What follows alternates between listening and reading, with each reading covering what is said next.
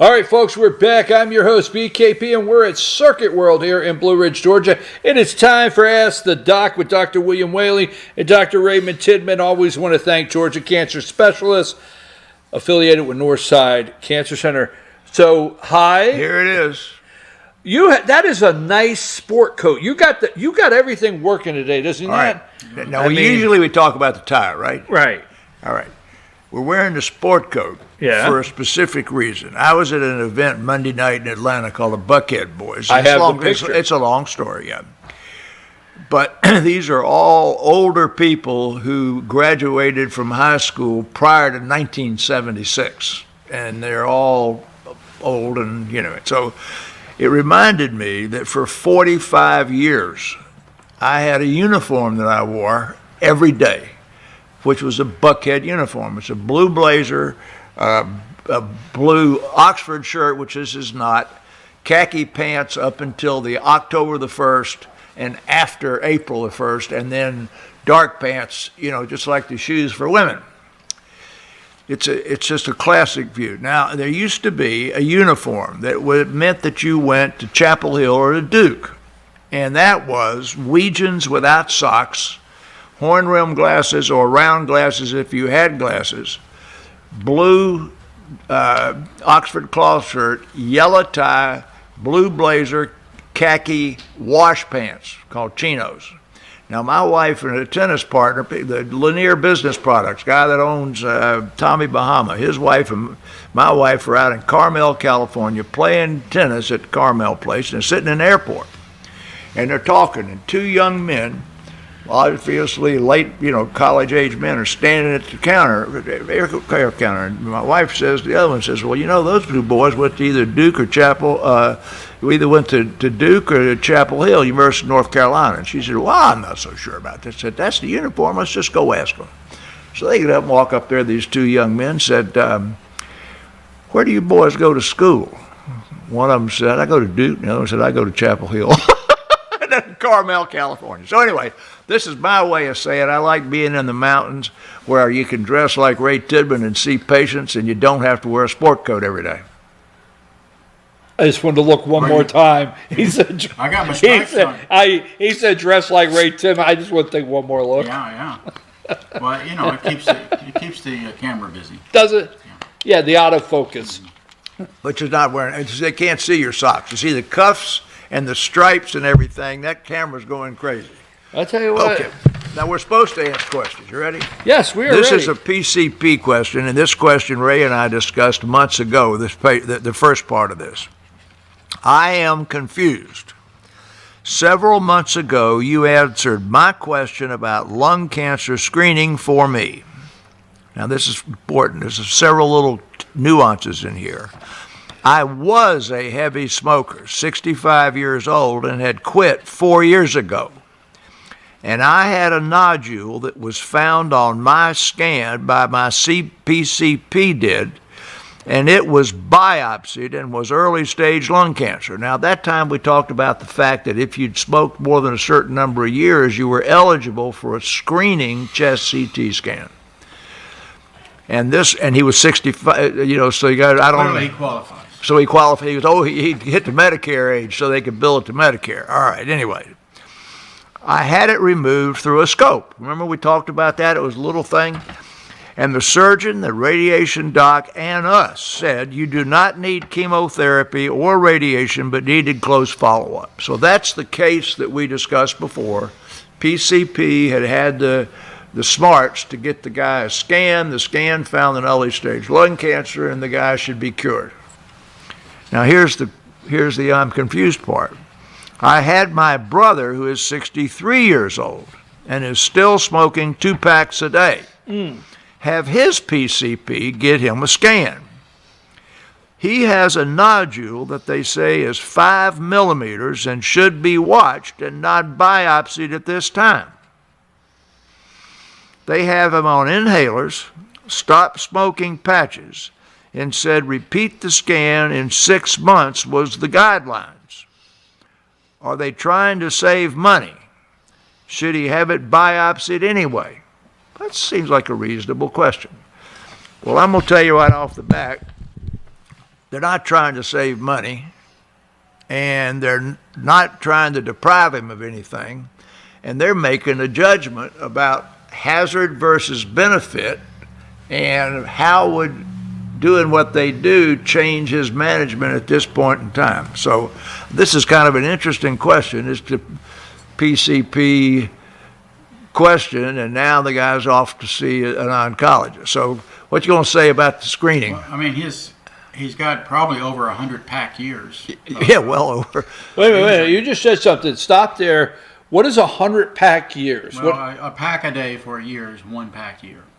And I'm guessing from his generation and his age, he probably started at age 14 or 15. So he's had 2 packs a day. He's had at least 30 to 50 years of So 2 every packs pack a day. is a pack a year. Yeah. They're pack a day for a year. So, So 2 packs a day is 2 years. So he's probably a 50-year smoker. All right, so that's exactly where we're going. All Okay. right, so put up that first one there. All right, so this is talking about this thing here. Looks at the study you do is a low dose CT scan, and the issue is that so much of lung cancer is diagnosed at an advanced stage. You remember we get mammography Yes. to find a little bitty breast cancer, right? Right. We want to do a colonoscopy every so often to catch the polyps that can become cancer before they become cancer. You're right? Right. Well, there's not any screening test for lung cancer that's generally just done on everybody, right? I mean, they're not doing lung cancer screening on you. They're not Right. doing lung cancer screening on her. So the idea is that there are people who should be screened. Pull that one down. All right. So here is the issue. Here's where the present screening recommendations are, and where people are trying to move them even a little farther. So Ray said pack years. You have to have had 30 pack years of cigarette smoking, and you have to be 55 years of age to meet those insurance or Medicare criteria. And if you've stopped, it has to be less than 10 years. In other words, if you had 30 pack years of cigarettes and been off of them for 20 years, then they say, well, if you had cancer, you'd be dead by now. So there's an actual move among pulmonary specialists to lower the number of pack years from 30 to 20, lower the age to 50, and eliminate that part about how long ago you stopped smoking. Now go to the next one.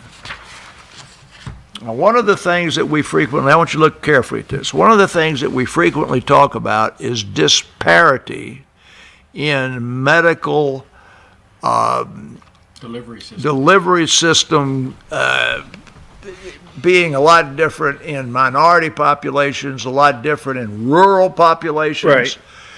So if you look at this, 97.1% of minorities who are eligible for this lung cancer screening don't get it. That means that 3 out of 100, say Hispanics or blacks that have had all of those criteria get screened.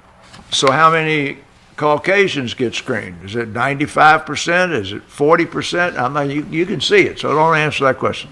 Now, I sent it to you. You probably didn't study it too well. No, I did not. So just take a guess. We said that 97% of minorities do not get offered screening by their PCP or whatever clinic they're going to.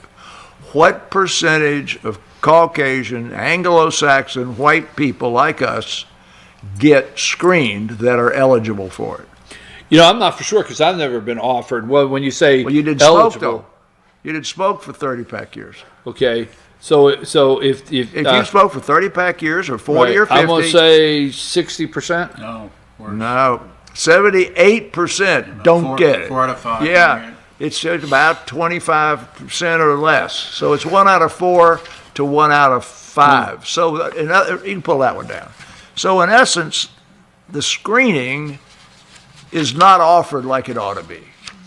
So, you know, when we discuss, and we've done this for years here, and we discuss cancer, and so, you know, so many different cancers, we discuss early detection and we discuss early detection, and we also discuss how the survival rate goes up as our detection has gotten better. Yeah, to catch it earlier. Right, earlier. So this is definitely one that we'd like to make do. 2 points about that. Okay. Number one, back when Bill was young, and I was a little kid, most cancer was treated by a surgeon, and you waited until it was pretty obvious they had cancer, and the Right. moniker was a chance to cut, a chance to heal.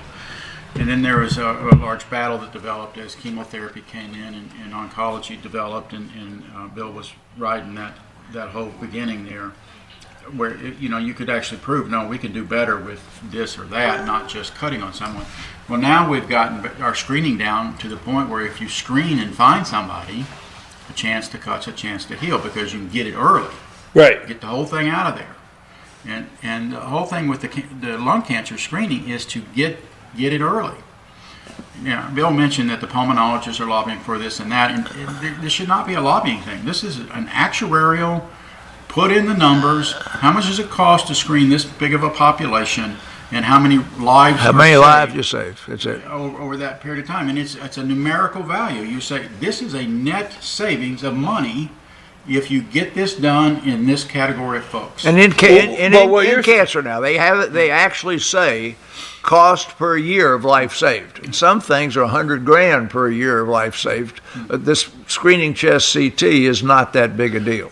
But what you're saying is, why are we lobbying for this? Because you got to get it. You got to get it through Medicare. Yeah, I understand what you're saying, but it shouldn't be something. Yeah, right. It's another thing like the political. We get into that too often. All right. So basically, if you look at this, only 15% of lung cancers today are diagnosed in this very early stage, like the guy who we talked at here. Right. So that's why you want to screen. Over half of them are more advanced than that. And the survival then is much less in those. So let's go to the next question, because the real question was, should they biopsy him? And when I get finished here, you're going to believe that they should not biopsy him. That the hazard-benefit ratio of biopsying him right now is on the hazard side. And there are too many bad things that can happen to him. All right, now, this next picture, this guy's laying on his tummy, right? Yes, I did see that one. Yeah, earlier. so when you think about biopsying the lung, you usually think about, right here. Yes. Yeah, well, you can pull that down. You'll notice he's sitting in a circle there. He's sitting in a big CAT scanner. So they've got this guy in a CAT scanner, and there's a lot of heart and blood vessels and stuff in the anterior portion of the chest that you have to get through. We used to like to say there's stuff with Latin names in there, and you don't want to get too close to Latin names. But that's how that procedure is done. You got to think about yourself having this little scar, this little thing way deep in the lung, and it's not hard to imagine then, lungs as big as a loaf of bread. You got to go a long way through that loaf of bread to get anywhere near that little spot, okay? Show that next picture. This is what is called a pneumothorax, and you don't have to be a radiologist to recognize that this over here is lung and that over there is air. So what's happened here is that whole lung has collapsed. Now that's going to ruin your whole day, isn't it? When your lung collapses. Now sometimes your lung collapses spontaneously. People who've got, some children who've got certain things, or people with bad emphysema or pop a bleb. Or you have a car wreck and you break a rib and you puncture it or something. But this is a very common, about 3% of regular biopsies of the lung will have a pneumothorax. Now, if you're going to biopsy a big something that's easy to get in, you actually have fewer pneumothoraxes. The smaller the lump gets and the harder it is to get to, the more pneumothoraxes you have. So pull that one down. Here's what happens when you get a pneumothorax. You end up having to put a tube in the chest. See, that's that big air pocket over there. And then you got to this thing comes out and then goes underwater there. And then when you breathe, you blow out that air and then it bubbles itself out. Then the lung has to expand. Well, as soon as the lung expands, you can't pull the tube out, because now the lung's got to get over there and get the air out and let the leak seal that was in the lung. So once you've done that, you might be in the hospital 2 or 3 days with a tube in your chest, and all kinds of stuff can go wrong now, right? You can get pneumonia, and you can get infection in the tube and all sorts of stuff. Okay, put this next one in, because this is putting in a chest tube of somebody sitting upright, where all you do is you grab a scalpel, you make a cut right there in the midline, you stick this thing in, let the air come bubbling out, and you just ram a tube up in there, pull that down. I mentioned here about 3 weeks ago that I was taught how to put that line in the subclavian line by a young Navy corpsman that was 19 years old. That procedure right there was very, very common in the Grady emergency room. An intern would learn how to do that in his first 3 or 4 weeks, and he'd be doing these in the surgical emergency room. He'd probably put in, if he worked 7 nights, he'd probably put in 5 to 7 of those in a week. And in the military, you put in a ton of them. So you're really doing some surgery there, but you learn how to do it quick, and it's an emergency procedure. And it sounds real brutal, but the person you're putting it into you're giving relief. Yeah, you're relieving them. So anyway, let's back to this issue here. So there's a very well-established protocol about what to do with little spots in the lung, because a lot of times, now not this guy who's been smoking for 50 or 100 pack years, but if you go in the emergency room and you're having some chest pain and they do an x-ray, they think you've got a heart attack, and they say, oh, by the way, you've got a couple of small nodules or ground glass in one of these lungs, often that's inflammatory.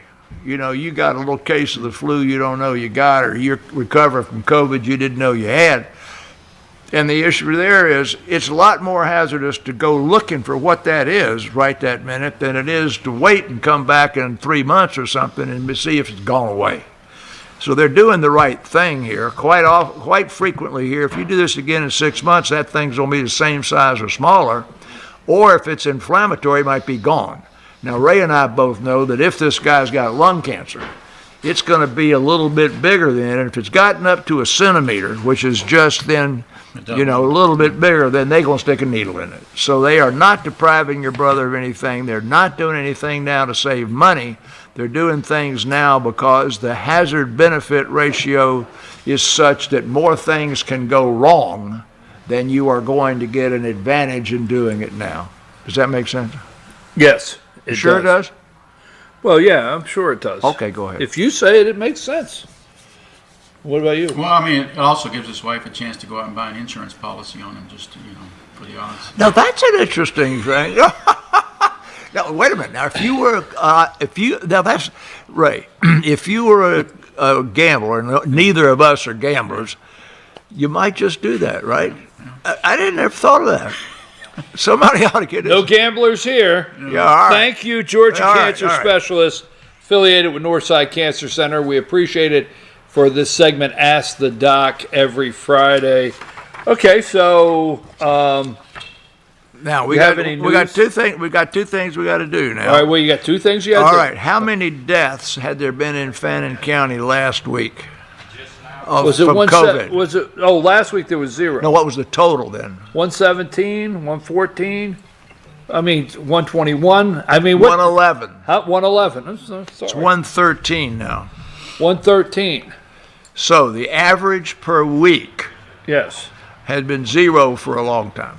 Okay. So you've had a couple of cases since the last time we did this. 113. You had two deaths since the last time we talked about it, but you only had, now that's in a week. You had 4 cases a day, so that means you had about 30 cases added to the list, and you had 2 deaths. Now that seems out of whack, right? Mm-hmm. All right. Now let's go back to this. Everybody's been having their what's the word? What do you call it? Hair on? What do you call it? Fire. Hair on fire. No, that would be a Fox Christmas tree. Oh gosh. Okay. Oh, sorry. It's hair. Sorry. All right. Hair on fire. Okay. Hair on fire. What's the positive? What was the positive rate last week? 4.2. That's right. It had gotten almost back to 5 when it had been 1 Yes. back on July 1st, and then it went up to 20. So what is it this week? 3.8. Now, that 3.8, is that the Omicron variant or is that regular COVID, Delta variant? I don't know. 99.99999 are still Delta variant. There have only been 800 Omicron cases positive in the whole world. Right. So everybody's getting their With hair, no death rate. they're getting their hair on fire about this variant. And Right. now, one of the very first things now, what do we do now? We go to the news. Well, we got to go to the news here. Now, where's that news here? Early reports on Omicron variant are encouraging. Who says? Don't get me started. Who says? Who Fauci. Now- Ooh. Now, they are quoting a person, not an institution, not the American Academy of Infectious Disease. They're quoting a person. To me, that makes zero sense, right? Not even somebody has their hands on. Yeah, anything. right. And who's now the next thing that's bothering me about the news is this is L.A. That doesn't mean Los Angeles. That means what's L.A.? No, Louisiana. I'm sorry. We had a Lower Alabama answer That's what over here. we've been using. Okay. LA. All right. So Louisiana governor requires John Bell Edwards Right. says the state government plans to make COVID-19 vaccine or immunization a requirement for all students 16 and older in the state's public school system. So what does that first tell you about Louisiana? And I don't want to, what's it tell you about Louisiana? What I'm party's seeing the color governor? blue. What party's the governor? Okay. So let me ask you the question, the simple question. Why? Why? What logic are they using? There's no logic. What logic? I just asked you what political party's the governor? Well, I've tried to stay away from that on this segment, but he's a Democrat. Sure, he's a Democrat. Okay. Of course, he's a Democrat. Now, what logic do they have? That's what I got in an What- argument what with my wife. logic, with. what reasoning- The logic is, if you go to that, it says that 18 children under the age of 18 have died in the state of Louisiana from COVID In 2 years. in 2 years. Now, I just asked my wife while she's standing there sound asleep, how many, I said, just imagine, and I asked that to Ray Tidman, what would his answer be? He would say, how many adolescents committed suicide in the last 2 years because of the lockdown? They don't give you that number. How many of those 18 that died were obese? And the answer to that question is probably all of them. Let me say this: the Right, Ray? Surgeon General's report that came out this week discusses all of a sudden they're like shocked the mental health, the problem we have with our children's mental health. Well, what was That report came out this week. Wait a minute, what was the other report that came out with it? What percentage of American adolescents under the age of 22 are obese? Oh, I don't know what. Probably over half. It's 67%. What was it in 1950? I don't know. 6. That's a huge thing. Okay, so when a kid dies of COVID, I'm unaware of any kid that did not have cystic fibrosis, asthma, or some real good medical condition. They generally all are obese, and that's the major risk factor at any age group. Your mother is trying to save your life when you go up there. You don't have COPD. I'm not telling him anything else. Nothing else. You don't have COPD, but you've got the number one risk factor for death from COVID. Okay, all Well, right. Bill, this is I think we keep coming back to this over and over again, and the expression was hair on fire. Some people are starting to refer to it as fear porn. Oh yeah, I like that one. I like that word because it is disgusting and it's unhealthy, and it does nothing for us. And I think we lost our way when we had a bureaucracy decide that they were going to manage healthcare. Now, the reason healthcare is done well in this country is that we have very highly well-trained physicians all over the country who are there taking care of people one at a time. And when you get in the way of that, you're messing up. You're messing up. And they need to get out of the way. They need to go back into their little white tower and start calculating things correctly and giving the physicians the correct information and let the physicians do their job instead of this political thing where they're just running around scaring people to death and misdirecting them. Let me ask you this, okay? So the flu shot, let's stay here, okay? Now, in the short period of time, let's not debate this. It's not called the flu vaccine. It's called the flu shot, right? That's the generic, the flu shot. Yeah, that's right? what they call it. Right? Yeah, it's a flu vaccine. shot. But it might be, but it's called the flu shot, right? Pharmacy, the flu shot. Now, this is basically designed to protect seniors and then on down, okay? We do not do any kind of program. I still remember a couple years ago, it seems forever, but we have no kind of program with our pharmacies, our hospitals, our schools to get children a flu shot. Well, because wait just a second. Well, you did. You did during H1N1. Wait a minute. Come on, before both of you explode on me.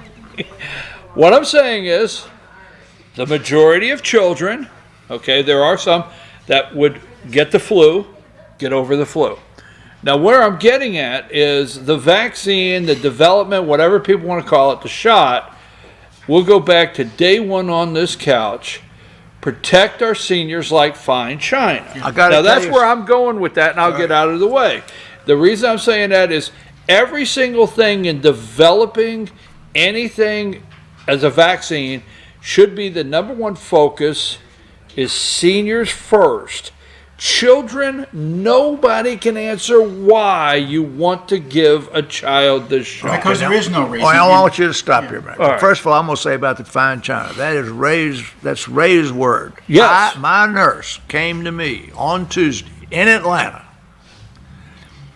Mrs. So-and-so, our patient in Albany, Georgia, who has breast cancer, called and wanted to know, was she fine china?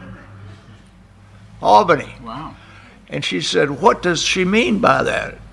I said, well, you'll have to go back and ask her. That means she must be watching our program. Fine china, that's That's right. Dr. Tidman's name. I said, yes, tell her she is fine china because she's over 65 and she has had aggressive chemotherapy 5 years ago for breast cancer. So she's immune compromised and her age is in the right age group and she's fine china. But it was interesting that a South Georgia person called my Atlanta nurse, and she didn't even know what fine china was, and it's Ray's term. I will tell you why, and Ray's agreed to this with me before. This is not that children should be vaccinated that are in the home with fine china or going to be visiting fine china, because they can bring this virus in with no symptoms, particularly the Delta and the Omicron variant. They're not sick at all, and they bring it into fine china. If they are in a house with parents that are in their 50s and they're going to school and they're not around grandmother and they're not around fine china, then I don't think you need to beat them over the head about getting vaccinated. And if their mama wants them vaccinated and their daddy wants them vaccinated, let them get vaccinated. But if they, after talking to their family and talking to the doctors, they don't want them vaccinated, don't make them get vaccinated. And it's a family decision. It has nothing, it should have nothing to do with some state institution. All right, I want to go back to what did I say that got you? Well, because the flu is a bimodal curve or a dumbbell. You've got a blip of a risk in the very young and then in the very old. For death. It kills kids. It kills babies. It kills babies in 1 year olds. Okay. COVID does not. COVID's unimodal, and it's all stacked out there past the 70-year-old group. Okay. Unless you're really overweight. Yeah. Good point, because in that younger group, it is the people who have some obesity issues that are the target of this virus for whatever reason we don't know. So I really want to emphasize the little children, the little ones, are not at risk for death for this virus. It's just extremely rare, and Bill's point was, well, how many are dying of other things? 100 was it 100,000 deaths from fentanyl overdoses last year? Yes, 96,000 or right 98. Yeah, right around there. Then that's a specific drug, specific abuse. Up 28%. Yeah. 26, I mean, 28%. You know what that's yeah. from? Well, because It's that's from- how many they can count. That's the money they can count. Right. And that's from a treatment of treating everybody like they're the same and run hide and don't get medical care and don't get your cancer screen, don't get your, none of these things go away. Heart disease doesn't go away. Breast cancer doesn't go away. Colon cancer, none of those go away because they told you to go hide from COVID. Dumbest thing in the world we've ever done. We must learn never to do this again. The economic shutdown has been an unmitigated disaster, and those people who keep perpetuating it need to be called to account. All right, you said in capital letters you got to be out of here at 9. So you got a final. You got joke. You got anything? No, you wore me out last time. Oh, okay. I'm out of my No new material? All my cannibal jokes are done. So. Done with all your camera? You have a final statement, or? No, I enjoy the program, and Thank you. We enjoy you. glad we have our listeners. You want to know what my thing is? This is a Christmas season, Yes. and this is small town America at its best. Yes. And I'm really glad that I don't have to wear this coat anymore, and it's not part of my mandatory uniform that it was for 40-something years in Atlanta. Right. Are those? I do have something else. I have a Go quick ahead. question. Are those the kind of shirts you wore back when you had an afro? No, my wife says I clean up pretty good, so I just wonder. I bless her with. I bet She you buys all those I bet for you him were at Neiman pretty Marcus. cool. You were sporting The that. deal is that she has to not tell me how much she spent. Okay, that's the deal. Okay. Yes, sir. Wrap it up. Christmas season. Christmas season. On the 25th, we do this thing called sharing gifts, and it's what the adults are teaching children about. But I want to remind all of our audience that you could be Santa Claus any day of the week. And you can think of somebody that you want to sneak attack a present on, or a good thing, or a gift, and not let them know you've done it, and sit back and watch the smile on their face, and make your Christmas better. Right, and you can support our local charities, our Family Connection, and we've got a lot of places up here that you can help the underprivileged and spend more money, spend some money on them, and tell your kids that you contributed to Family Connection or to Abused Kids Shelter in their name, and see how gratified they are not to get a new bicycle or a drone. Thank you, Georgia Cancer Specialist, Northside Cancer Center. We appreciate it. He has to get to work. We got to get him up there. He's got to get to work. We do not know. We don't know exactly where he goes. We're still trying to figure that out. When we get that information, we'll bring it to you immediately. Thank you, Dr. William Whaley and Dr. Raymond Tidman. We're going to take a brief break here, and it is time for the All-Star Political Panel. And you've got a star for them. Yes, I do.